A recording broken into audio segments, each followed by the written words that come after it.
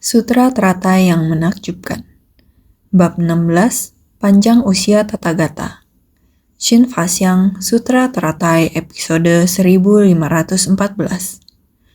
Debu halus yang tiada terhingga sebagai perumpamaan untuk usia yang sangat panjang.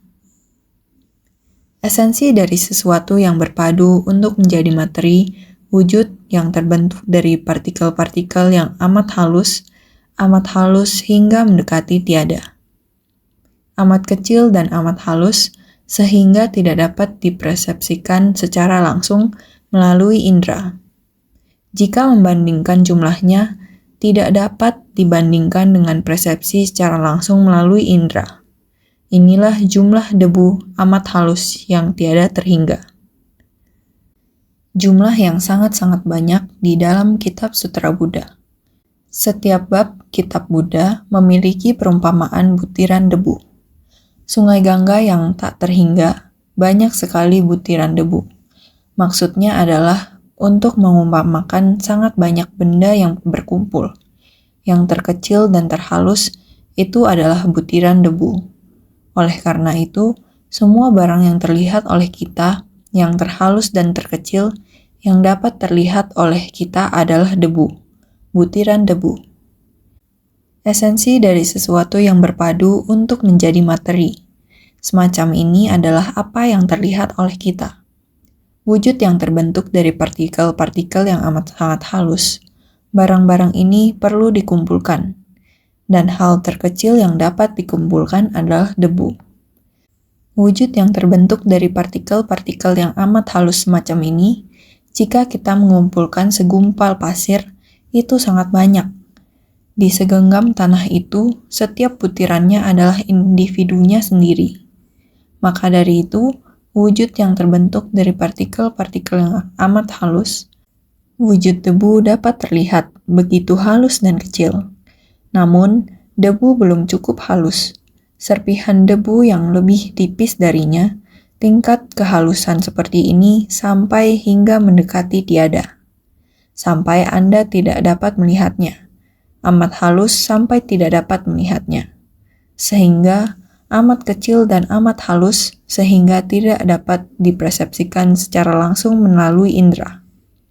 Bukanlah yang ketika mata Anda berkontak langsung dengannya dapat menyatakan besar kecilnya itu, bisa diukur jumlahnya, bisa menganalisa seberapa besarnya, bukan dengan menggunakan persepsi secara langsung.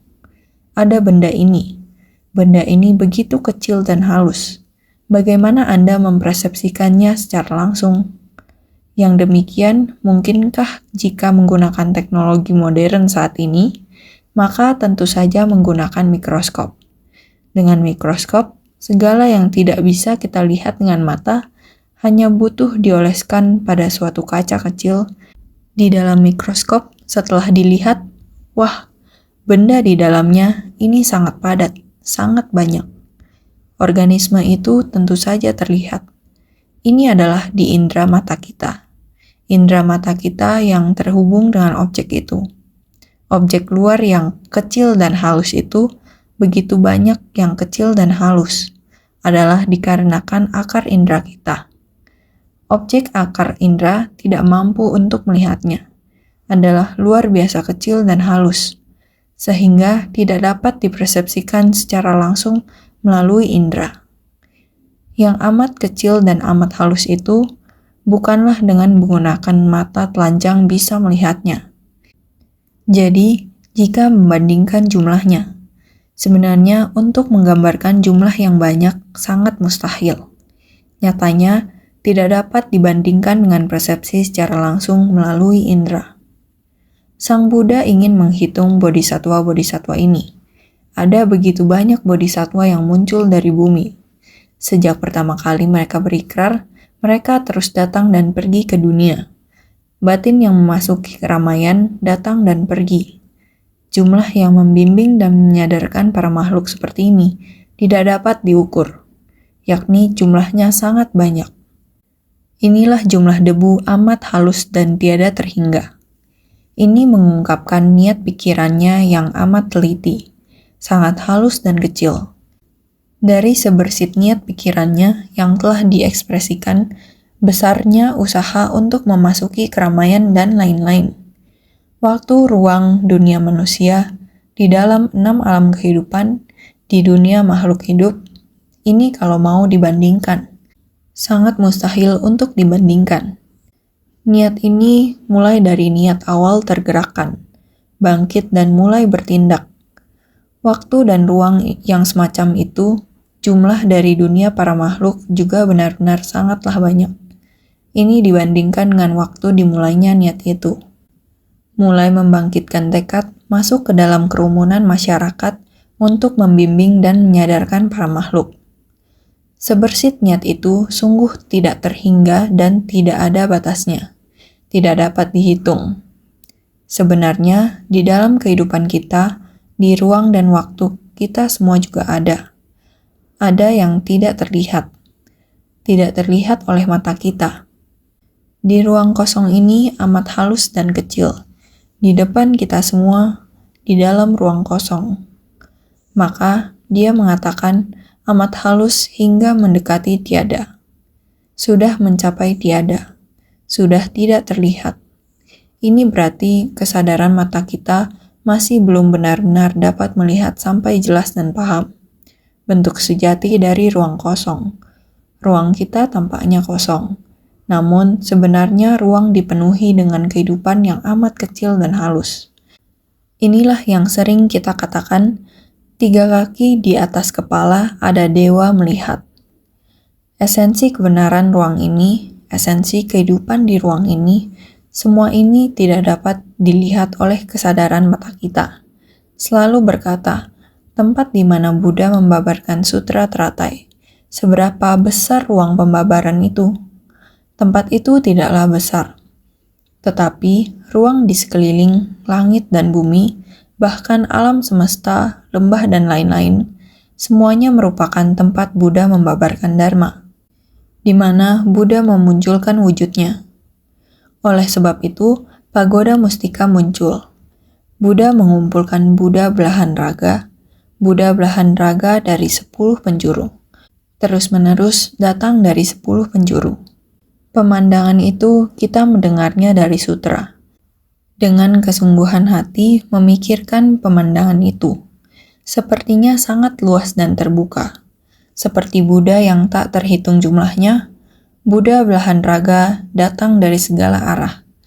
Tiba dengan anggun memenuhi alam Dharma dan alam semesta. Tempat di mana ada Dharma, maka akan ada Buddha. Karena Buddha adalah kebenaran sejati. Kebenaran sejati adalah Dharma. Oleh karena itu, kebenaran sejati yaitu Dharma, jika kita dapat menghayatinya, maka disebut pencerahan, sifat pencerahan kita. Ketika sifat pencerahan kita menyatu dengan kebenaran sejati dari Dharma, maka semua alam kosong ini adalah alam Dharma. Alam hampa ini adalah di tengah Anda dan saya. Ini semua adalah yang hampa, yang kosong. Di tengah ini, bukankah semuanya adalah alam Dharma? Jika kekosongan ini dikecilkan, benda ini tidak terlalu padat. Kita bisa berkata, sepertinya masih ada ruang kosong. Di dalamnya hampa, masih ada ruang kosong. Hampa dan kosong di dalam. Benar, masih ada celah di dalam. Kekosongan yang hampa, ruang kosong yang hampa. Jadi benda tidak begitu padat, tidak begitu rapat. Meskipun ada celah yang begitu kecil, celah itu adalah hampa. Jadi, celah yang hampa adalah ruang kosong. Masih ada ruang kosong. Jadi, ruang kosong. Di dalam ruang kosong itu ada prinsip kebenaran. Di manakah yang terhambat, tidak bisa digabungkan? Maka harus mencarinya. Mencari ruang kosong itu di bagian mana? Apa alasan yang membuatnya tidak bisa digabungkan? Sangat banyak hal. Yang besar bisa dibicarakan sampai ruang angkasa. Alam Dharma pada alam semesta. Sebenarnya alam Dharma pada alam semesta, jika ditarik kembali, adalah sangat halus dan kecil. Tiada yang halus dan kecil itu, Setelah itu masih belum bisa tertutup. Ini adalah benda. Barang kita tidak bisa digunakan dengan lancar. Tidak bisa lancar. Di dalamnya pasti ada sesuatu prinsip yang menghambatnya. Tidak bisa tembus. Prinsipnya tidak dimengerti, tidak dipahami, sehingga urusan tidak berjalan dengan lancar. Sama seperti hati kita. Hati kita mengapa bisa tidak memahami? Kamu tidak bisa memahami adalah karena ada prinsip kebenaran di dalamnya. Prinsip kebenaran apa? Yaitu kerisauan dan ketidaktahuan di dalam hatimu. Kerisauan dan ketidaktahuanmu masih belum sepenuhnya dilenyapkan. Hati makhluk awam ada ketidaktahuan.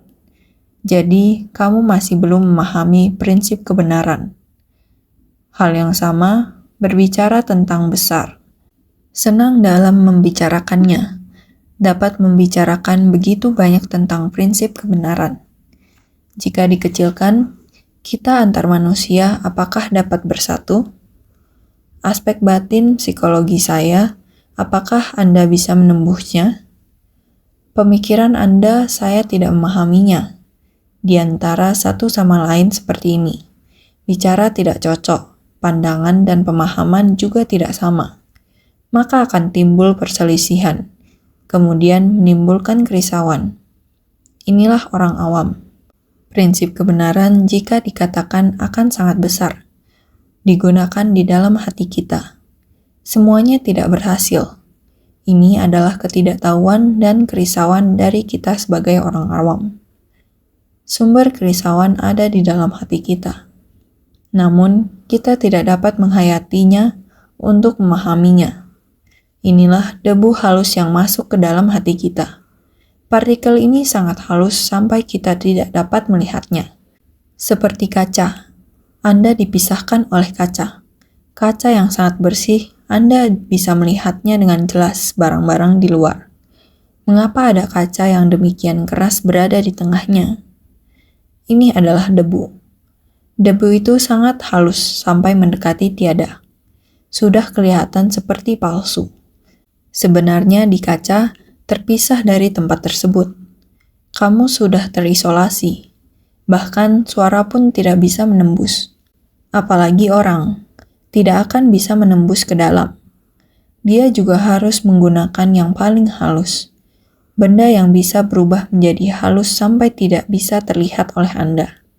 Sebuah materi yang sangat halus.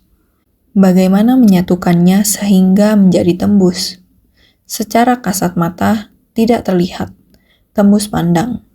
Namun keberadaannya ada, sehingga di dalam sini terkumpul sangat banyak materi. Dengan teknik apa sehingga bisa menjadi tembus?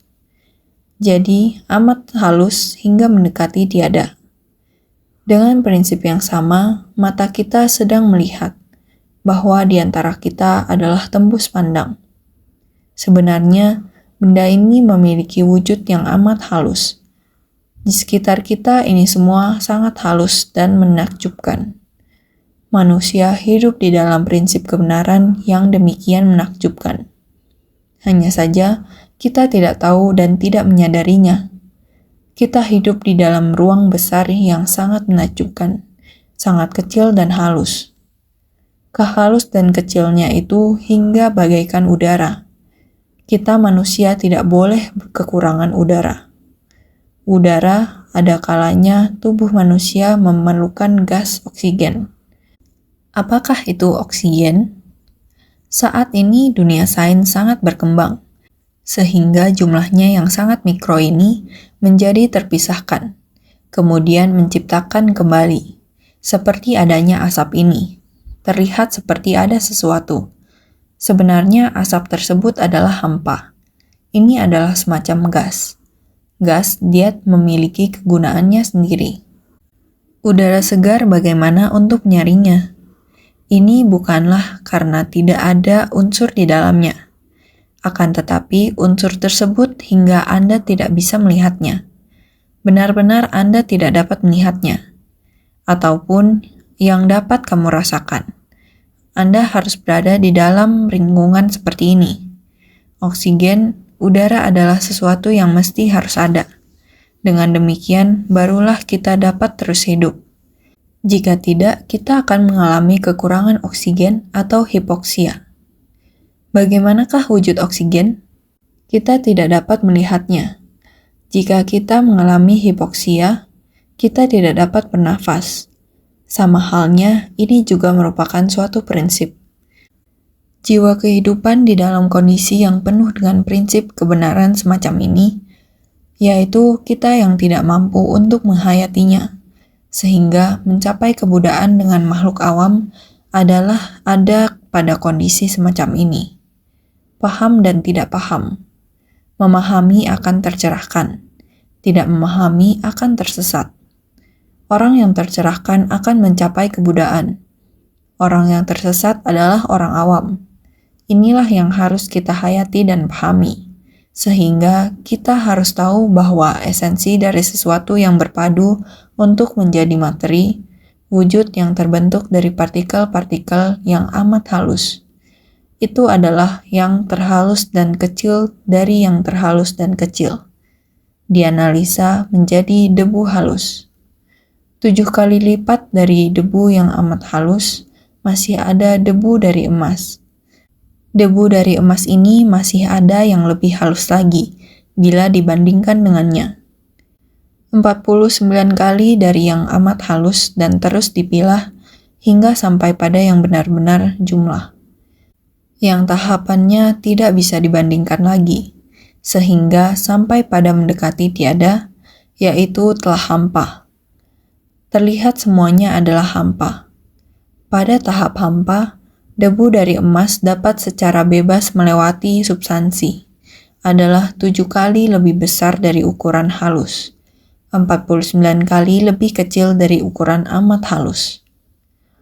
Untuk ini, kita haruslah sangat bersungguh hati, hanya bisa memahaminya, tidak bisa untuk membandingkan jumlahnya. Tidak bisa untuk menggunakan perbandingan jumlah untuk mengumpamakannya. Tidak bisa diumpamakan. Tidak ada kata-katanya. Tidak ada ukuran untuk membandingkannya.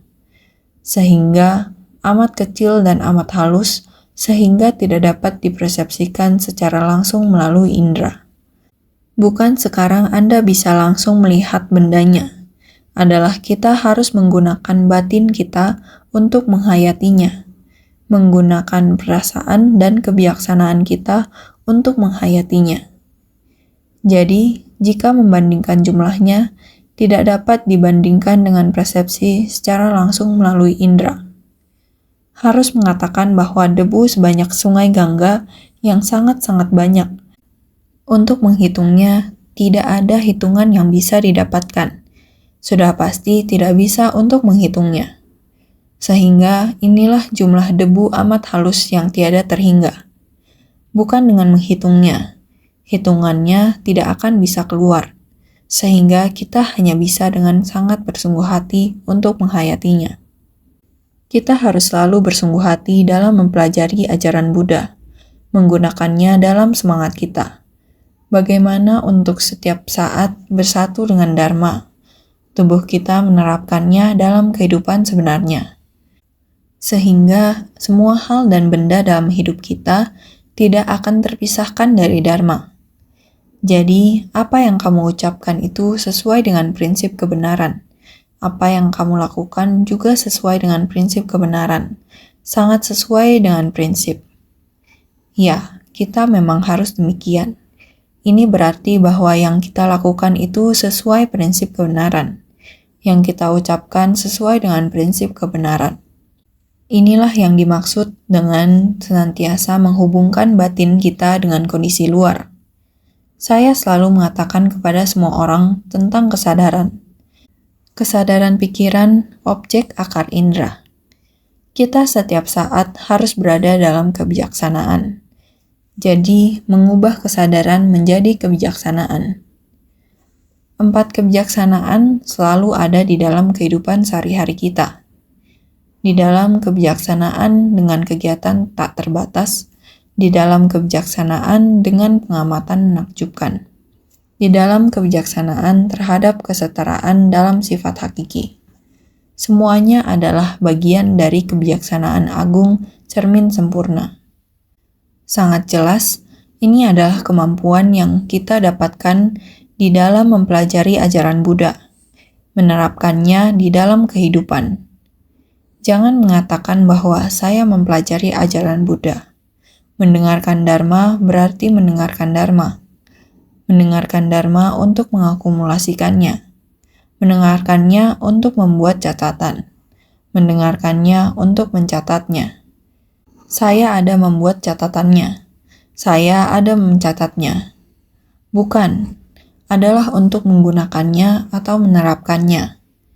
Tujuan dari mendengarkan adalah untuk menerapkannya dan mengubah pandangan dan tabiat kita dalam kehidupan kita sehari-hari. Inilah mempelajari Dharma Buddha yang sesungguhnya. Jadi, mendengarkan, mengajarkan, dan menerapkan Dharma harus dilakukan bersamaan. Jadi, kita mesti bersungguh hati. Naskah sutra di depannya harus dipahami lebih lanjut. Akan tetapi, para pria berbudi. Aku sebetulnya telah mencapai kebudaan sebelumnya.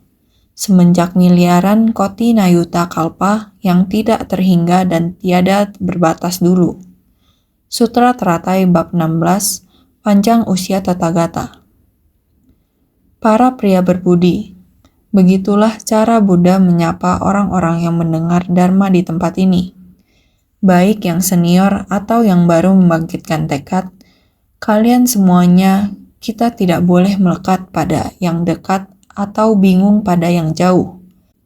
Melekat pada yang dekat berarti berada pada aspek jejak. Hanya melekat pada kehidupan saat ini, hanya melekat pada jumlah dan waktu. Tidak hanya melekat pada yang dipersepsikan secara langsung, dan saat ini. Kita harus memikirkannya yang masa lampau. Masa lampau dari masa lampau. Begitu datang, maka akan terus-menerus berdatangan. Semuanya ini merupakan aliran dari sumber prinsip kebenaran, yang dengan demikian terus tinggal dan terus diwariskan. Kita harus mempercayainya. Waktu sudah lama sekali.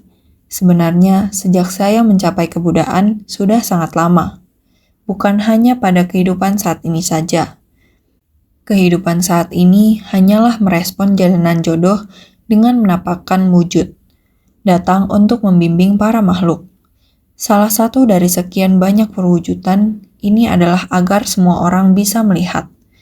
Dalam jangka waktu ini, ada tempat yang demikian. Ada juga dunia yang demikian. Ini adalah memiliki wujud, jumlah, waktu, dan alam. Di dunia ini ada yang seperti ini. Ada perwujudan orang, permasalahan, dan materi. Ada sejarah yang bisa ditelusuri. Ini terjadi pada zaman ini. Menampakkan wujud ini. Di masa lampau, waktu yang sangat lama berlalu, waktu telah berlalu dari Dharma benar, Dharma mirip, dan kemunduran Dharma. Terus sehingga waktu tanpa adanya Buddha, sudah sangat lama. Oleh karena itu, meskipun Buddha di masa lampau juga pernah berada di dunia ini, tetapi era masa lampau Buddha tentang Dharma benar, Dharma mirip, dan kemunduran Dharma juga sudah lewat. Bahkan peninggalan Dharma mirip juga tidak ada lagi. Buddha Sakyamuni sudah melewati kalpa tak terhingga sebanyak butiran debu di Sungai Gangga. Melalui waktu yang sangat panjang, dia datang ke dunia ini tiada henti. Dunia ini telah mengalami berbagai periode dari terbentuk, menetap, rusak, dan lenyap. Sudah melalui seberapa banyak kali, sehingga tiada sisa jejak yang bisa ditemukan. Bahkan sebutan Buddha Dharma juga tidak ada lagi. Jadi, setelah melampaui waktu yang demikian panjang, setelah lenyapnya kalpa-kalpa, barulah ada Buddha Sakyamuni lagi. Ini memakan waktu yang sangat panjang dan lama. Maka, kemunculan rupa dari Buddha Sakyamuni di dunia saha ini, tentu dia harus mulai lagi dari awal untuk menyelaraskan lagi proporsi dari banyaknya waktu dan penampilan beliau, agar semua orang dapat melihat dan mendengarkan Dharma. Namun, masa di periode ini adalah masa yang sangat penting, karena Sang Buddha mulai mengajar lebih dari 2000 tahun yang lalu. Masa akan datang dari Dia adalah masa kini dari kita. Masa mendatang dari kita melampaui masa sekarang. Selama periode yang panjang dari banyak kalpa, merupakan dunia jahat penuh kekeruhan. Makin lama makin keruh, dan perubahan batin manusia semakin lama semakin cepat. Iklim yang tidak selaras dan 4 unsur alam akan semakin lama semakin tidak selaras. Bencana alam yang ekstrim makin sering terjadi. Hati manusia menjadi semakin jahat sekali. Maka di masa mendatang dari Buddha dan di masa akan datang dari kita sekarang, menjadi era yang semakin gawat dan parah. Jadi sebelum kita, Sang Buddha menjelmakan diri dengan rupa demikian. Pada lebih dari 2000 tahun lalu, adalah demi masa depan yang merupakan masa kita sekarang. Demikianlah dimulai seperti ini. Sang Buddha menjelmakan diri di dunia ini, sehingga usia beliau di dunia ini mengikuti usia dari para makhluk yang terbatas. Oleh karena itu, beliau masih muda sudah meninggalkan rumah. Kisah ini semua orang sudah tahu. Waktu berlalu belasan tahun. Proses pencarian guru dan pelatihan yang keras, 11 tahun dan 49 tahun. Jika semuanya ditotalkan, ada 60 tahun. Bukankah demikian? Waktu ini sudah mengejar Dharma Buddha, menyempurnakan Dharma Buddha, membabarkan Dharma Buddha di dunia. Waktu sangat singkat, 60 tahun. Suci kita sampai sekarang 2017 juga sudah 50 tahun lebih. Waktu terasa begitu singkat. Dibandingkan dengan kita sekarang, waktu benar-benar sangat tidak panjang. Kita dalam 50 tahun lebih ini, kita bisa mencapai apa? Apalagi zaman Sang Buddha, semuanya dijumlahkan dari Buddha mencapai kebudaan, sampai parinibbana. Baru 49 tahun saja, masih belum sampai 50 tahun. Mau dikatakan beliau sudah mencapai begitu banyak. Tentunya adalah sangat tidak terbayangkan, mau dibandingkan dengan waktu saat ini, untuk dibandingkan dengan tingkatan Sang Buddha, dibandingkan dengan pencapaian Sang Buddha. Mana mampu untuk dibandingkan. Oleh sebab itu, kita jangan meragukan yang jauh dan melekat pada yang dekat, melekat pada kehidupan Buddha. Sepanjang hidup ini hanyalah sebuah penampakan wujud dan perbandingan. Penampakan wujud yaitu menjadi monastik ketika masih muda, mulai berlatih dengan tekun, dan mencapai kebudaan. Ini adalah menunjukkan penampakan. Ada waktu ini yang membuat kita mengetahui bahwa ada 1250 murid pengikut setia. Mengukur di ladang pelatihan yang mana, membantu pencapaian berapa banyak, membabarkan Dharma, atau pendengar Dharma yang hadir. Ini semua dapat diukur dan dibandingkan. Di dalam masa Sang Buddha dapat dibandingkan. Tetapi benar-benar waktu pencapaian Sang Buddha adalah tidak mampu untuk dibandingkan. Masa lalu dari masa lampau yang telah dia bicarakan, tidak ada lagi jejak yang tersisa. Karena telah melalui kalpa kekosongan, kalpa di mana Buddha tidak muncul di dunia. Melalui proses pembentukan, berdiam, rusak, dan kosong. Semuanya telah kosong dan hilang. Hanya kita yang sekarang ini, di mana 2000 tahun setelah kehidupan Sang Buddha, yaitu masa kita sekarang. Masih dapat melakukan penelitian arkeologi, masih dapat melihat jejak peninggalan Sang Buddha. Namun, prinsip kebenaran yang dibabarkan Sang Buddha berasal dari masa lampau, dan kita tidak dapat mengukur atau membandingkannya. Tidak ada yang sama seperti itu. Tidak ada jumlah atau waktu seperti itu yang dapat diperbandingkan. Sehingga banyak dari kitab sutra agama Buddha yang menyebutkan, semenjak miliaran koti nayuta kalpa yang tak terhingga dan tiada terbatas dulu. Jangka waktu yang begitu panjang, jumlah atau waktu itu, namun kita harus mempercayainya. Buddha berbicara kata-kata benar. berbicara kata-kata jujur, tidak berbicara kata-kata dusta, atau berbicara kata-kata tidak tepat. Kita harus percaya, prinsip kebenaran Buddha benar adanya. Oleh karena itu, kita tidak boleh melekat pada jejak yang terkini dan meragukan benih sebab yang jauh. Kita harus lebih bersungguh hati lagi. Bagian sutra berikutnya mengatakan seperti ini.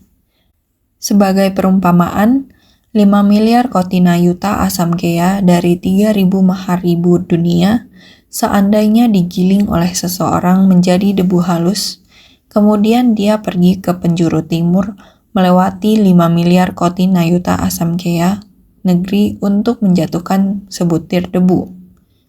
Sutra Teratai Bab 16, Panjang Usia Tathagata.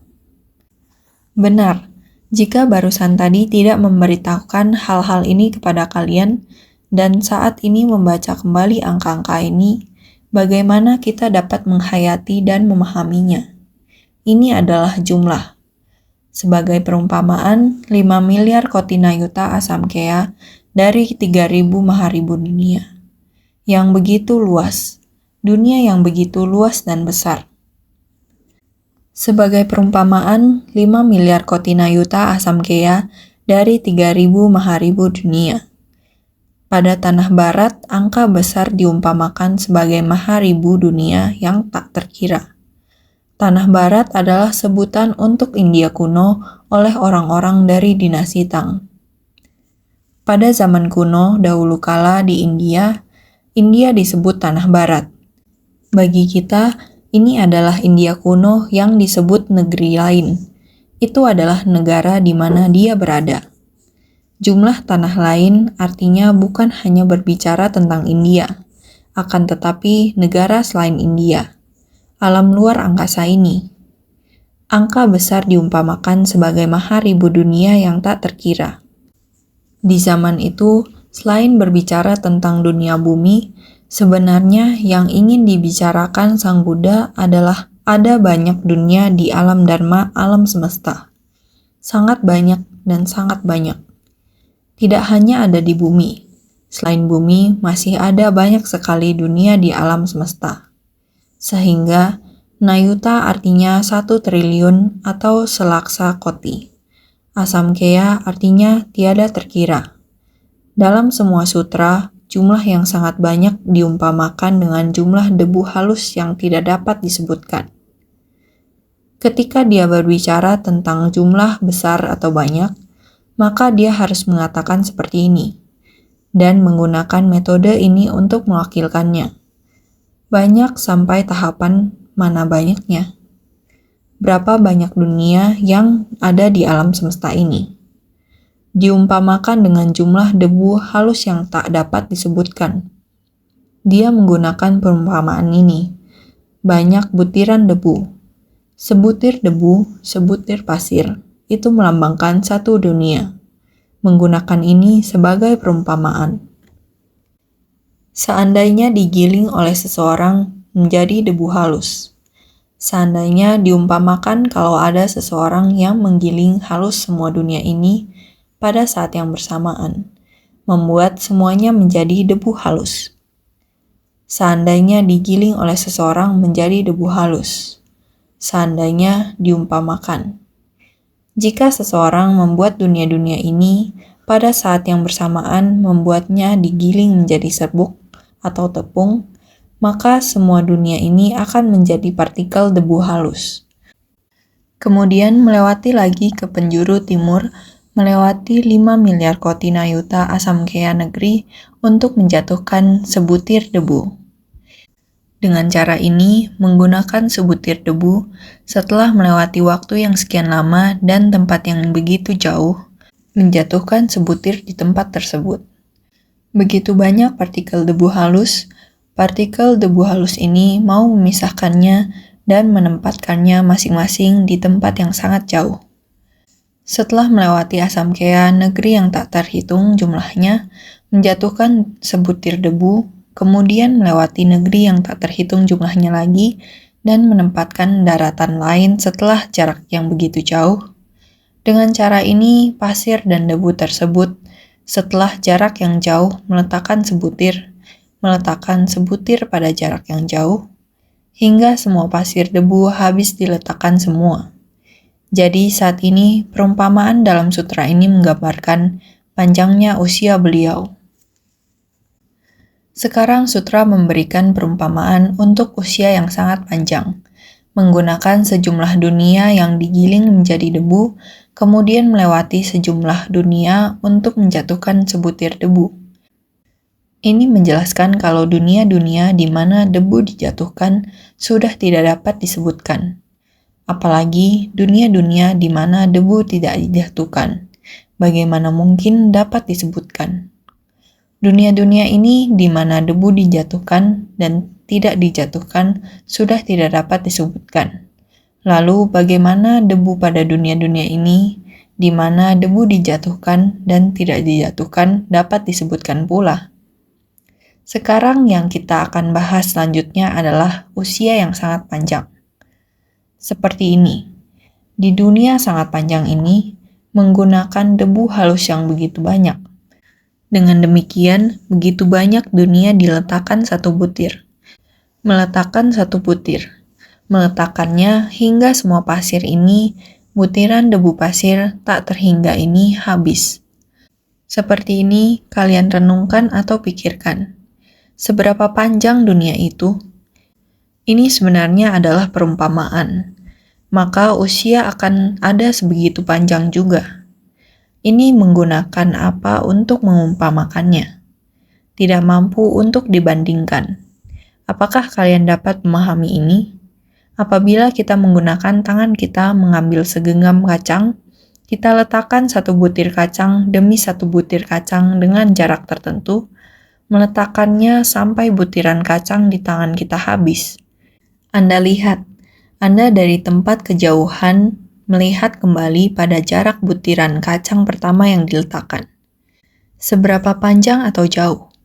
Sama seperti kita hendak mengukur jarak dari satu titik yang sudah ditandai.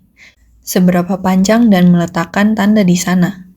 Seberapa panjang meletakkan tanda lain. Setelah meletakkan semuanya, lihatlah seberapa panjang jaraknya. Prinsip yang sama yang sekarang akan kita bahas adalah seberapa panjang dan jauh usia kehidupan Buddha. Adalah demikian. Debu halus ini bukanlah kacang. Dunia digiling menjadi debu. Menggunakan debu halus yang diletakkan dengan jarak tertentu, setelah jarak yang jauh sekali, kita letakkan sebutir debu lagi. Dengan demikian, jarak untuk terus meletakkannya, untuk mengibaratkannya sebagai panjangnya usia. Perumpamaannya semacam ini. Jadi, menggunakan sejumlah dunia yang digiling menjadi debu, kemudian melewati sejumlah dunia untuk menjatuhkan sebutir debu. Kemudian melewati beberapa banyak dunia menjatuhkan kembali satu butir debu. Ini menunjukkan debu yang telah beliau jatuhkan, batasan dunia tersebut sebenarnya tidak dapat dibabarkan. Sehingga, apalagi dunia-dunia di mana debu tidak dijatuhkan. Yang dijatuhkan debu dan diukur, tempat yang telah dijatuhkan debu, telah sangat panjang. Masih terdapat yang belum pernah dijatuhkan debu pada alam semesta tersebut. Kita dapat mengetahui seberapa besar alam semesta. Berapa banyak dunia tidak dapat diutarakan, tidak dapat disebutkan. Sungguh terdapat sangat banyak dunia. Jadi, dunia-dunia di mana debu dijatuhkan dan tidak dijatuhkan sudah tidak dapat disebutkan. Dunia-dunia di mana debu dijatuhkan, dunia ini tidak dapat diutarakan, apalagi dunia-dunia di mana debu tidak dijatuhkan. Debu itu dapat disebutkan pula. Coba Anda pikirkan bagaimana caranya untuk mendeskripsikannya. Singkatnya, kita perlu mengetahui, inilah perbandingan Dharma Buddha. Meskipun kebijaksanaan dan kesadaran kita juga tidak dapat sepenuhnya menghayati dan memahaminya, kita tidak mampu untuk menghayati dan memahaminya, seperti di puncak burung nasar. Ketika bodhisatwa yang tidak terhingga bermunculan, kondisi seperti ini merupakan akumulasi dari begitu banyak orang. begitu banyak bodhisatwa. Dalam satu waktu yang sama, berkumpul di puncak Burung Nasar. Ketika kita memikirkan hal tersebut, bukan kondisi yang mampu dipikirkan oleh kita makhluk awam. Para bodhisatwa dan bodhisatwa Maitreya yang hadir, mereka munculkan keraguan atas pemahaman mereka. Mereka bukan tidak meyakini Buddha. Mereka sangat meyakini. Sangat yakin tapi masih ada keraguan. Keraguan tersebut dikarenakan tidak mampu memahami kebenaran sejati ini. Sang Buddha karena telah berpadu menjadi satu dengan segala hal, benda, dan prinsip di semesta ini, maka Buddha dapat benar-benar tersadarkan. Yang bukan Buddha sekarang menerima pengajaran dari Sang Buddha. Bodhisatwa yang sudah pernah mengalaminya, yang muncul dari dalam bumi, semuanya terlihat benar-benar telah mencapai bodhisatwa. Dengan pencerahan setara Buddha, sudah mencapai tingkatan yang hampir sama dengan Buddha. Bobot mereka sudah hampir mencapai pencerahan bodhisatwa. Para bodhisatwa yang memunculkan keraguan langsung di tempat, dengan mereka masih ada sedikit jarak.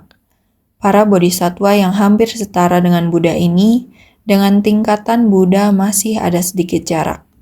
Sehingga yang semacam ini ingin agar semua hadirin menghayatinya. Masih ada sedikit jarak, sehingga dikatakan jarak kita dengan Buddha sangatlah jauh, sangatlah panjang. Kita sekarang ini disebut pemula, bodhisatwa pemula.